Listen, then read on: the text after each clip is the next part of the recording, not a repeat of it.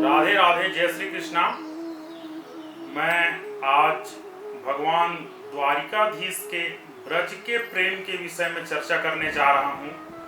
जिस समय भगवान द्वारिकाधीश अपने राजमहल में रहते थे और उनकी 16,008 रानियाँ और उद्धव जी जैसे परम ज्ञानी उनके साथ रहते थे, और भगवान श्री कृष्ण उस समय ब्रज के प्रेम को याद करके भाव विभोर हो जाते थे और सबको कहते थे कि ऐसा प्रेम आज तक नहीं पाया जो ब्रज के लोगों ने मुझे दिया है। तो सब कोई आश्चर्य करते कि द्वारिकाधीश इतने बड़े महल, ऐश्वर्य, सब कुछ यहाँ पे है द्वारिका में, लेकिन ब्रज को क्यों बार बार याद करते हैं। तो एक बार उद्धव जी कहते हैं, ब्रज में ऐसा क्या खास है जिसके कारण आप ब्रज को याद करते हैं करके।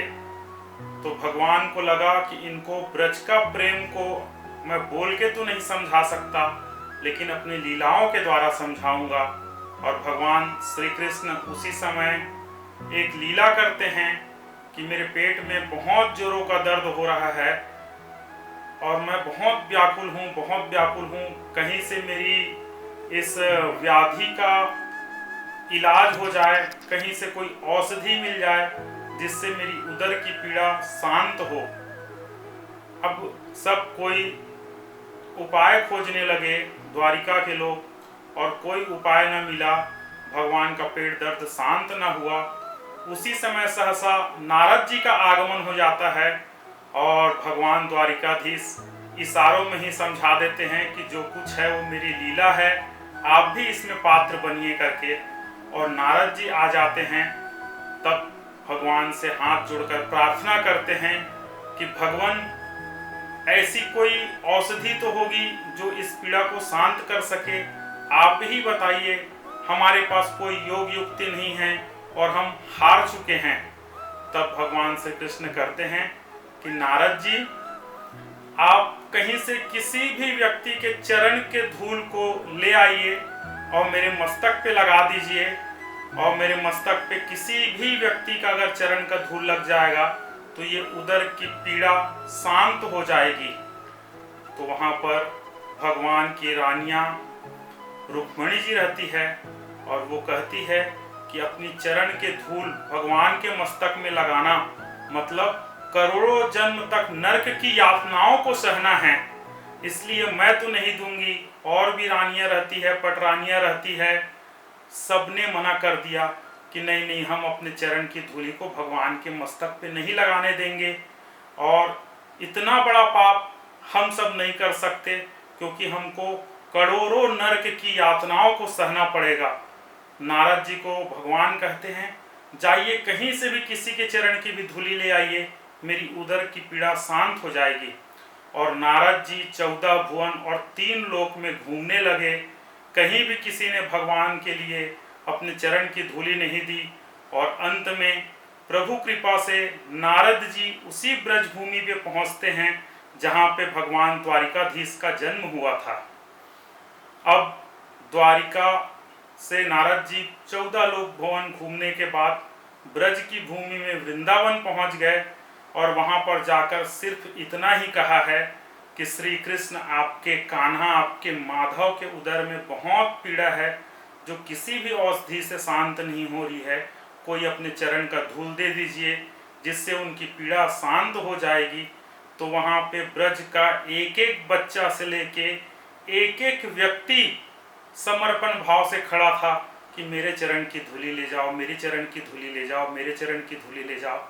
तो भगवान नारद जी कहते हैं कि आप समझ रहे हैं, अपनी चरण की धूली देने का मतलब है कि भगवान के मस्तक पे लगाएंगे, उसके बाद ही उनकी उदर पीड़ा शांत होगी। उनको करोड़ों नरक की यातना भोगना पड़ेगा जो अपनी चरण धूली देंगे। तो वहाँ ब्रज के लोगों का कहना था, ब्रजवासियों का, कि हमको करोड़ों नरक की यातना भोगनी पड़ जाए, लेकिन हमारे श्री कृष्ण कान्हा को थोड़ी भी पीड़ा ना हो, इसके लिए हम अपना सर्वस्व और करोड़ों जन्म न्यौछावर करने के लिए तैयार हैं। नारद जी वहाँ से वृंदावन से वो ब्रजवासियों की चरण धूली लेकर आते हैं और सब आश्चर्य करते हैं कि कौन ऐसा व्यक्ति है जो करोड़ों जन्म की यातनाएं सहने को तैयार है और अपनी चरण धूलि को दिया है।